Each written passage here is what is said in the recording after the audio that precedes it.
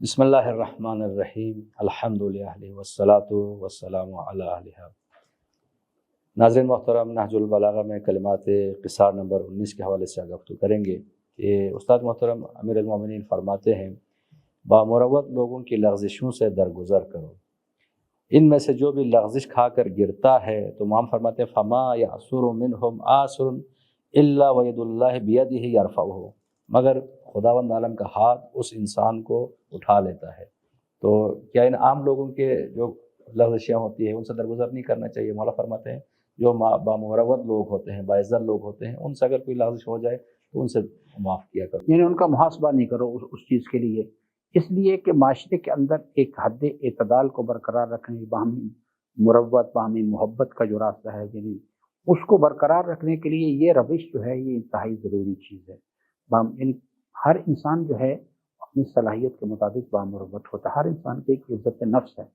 کہا کہ جو لوگ بامروت ہیں، یعنی اچھے صاحب اخلاق ہیں، ان کے اخلاق اچھے ہیں، سخی لوگ ہیں، لوگوں کے درمیان نیکیاں تقسیم کرتے ہیں، لوگوں کو فیض کا وسیلہ ہیں، ہر انسان سے غلطی ہوتی ہے،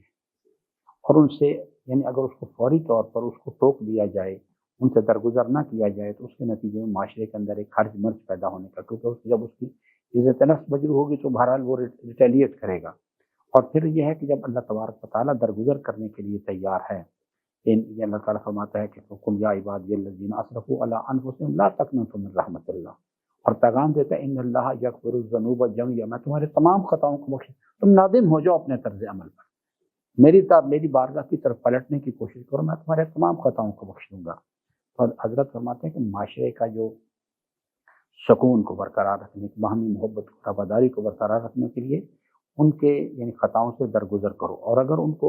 نصیحت بھی کرنا، جو فرمایا ایک اچھا دوست وہ ہوتا ہے جو اپنے برادر کی کوتاہی کو اس کے سامنے آ کے بیان کرتا ہے، لیکن پبلک پلیس پر نہیں، اس کی خلوت میں اس کے سامنے آ کے اس کو بتاتا ہے۔ تو ان کی خطاؤں سے درگزر کرو، یعنی ان کو اس سے طرف نظر کرو۔ تو یہاں خطائیں سے مراد جرائم نہیں ہے، کیونکہ اللہ نے خود کہا ہے کہ مثلا جو چور ہے اس کے ہاتھ کاٹو، جو زانی ہے اس پر حد جاری کرو۔ تو اگر کوئی مثلا اس سے کوئی معمولی سرزنش ہو جائے، لغزش ہو جائے، جی میں نے آپ سے کہا کہ بلکہ یعنی بعض اوقات گناہان کبیرہ کا بھی ذکر کیا کہ اگر وہ ہوتا ہوا دیکھو تو اس کے اوپر فوری طور پہ اس کے اوپر پکڑ کرنے کی کوشش نہیں کرو، کیونکہ جو ولایت کا پہلو ہے کہ یعنی ان کو سزا دی جائے، ان کے ہاتھ کاٹے جائیں یا ان کو سنسار کیا جائے، ان کو کوڑے لگائے جائیں،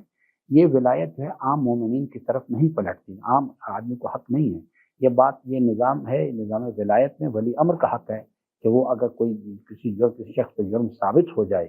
تو وہ اس کو پھر الہی دستور کے مطابق حدود و تعزیرات ہیں اس کے مطابق اس کو سزا دے۔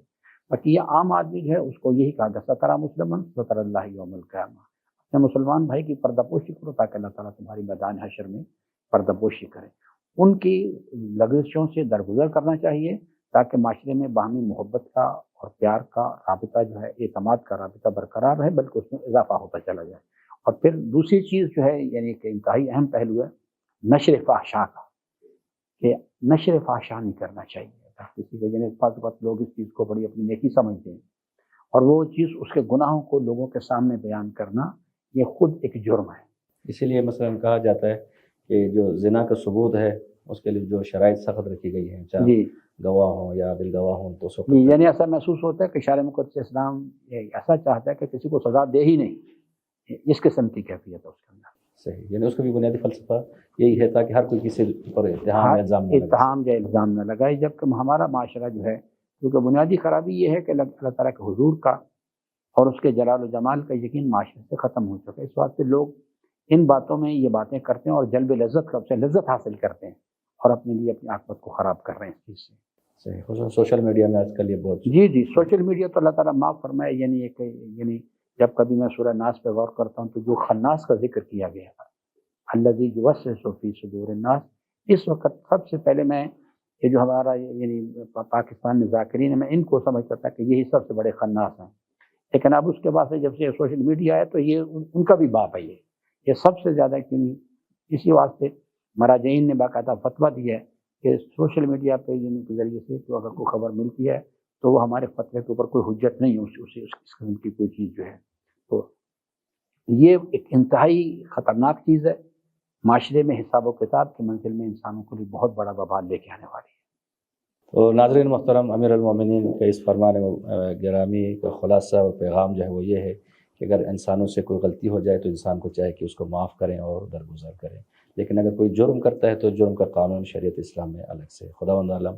ہم سب کو قرآن و اہل بیت کی تعلیمات پہ عمل پیرا ہونے کی توفیق عطا فرمائے۔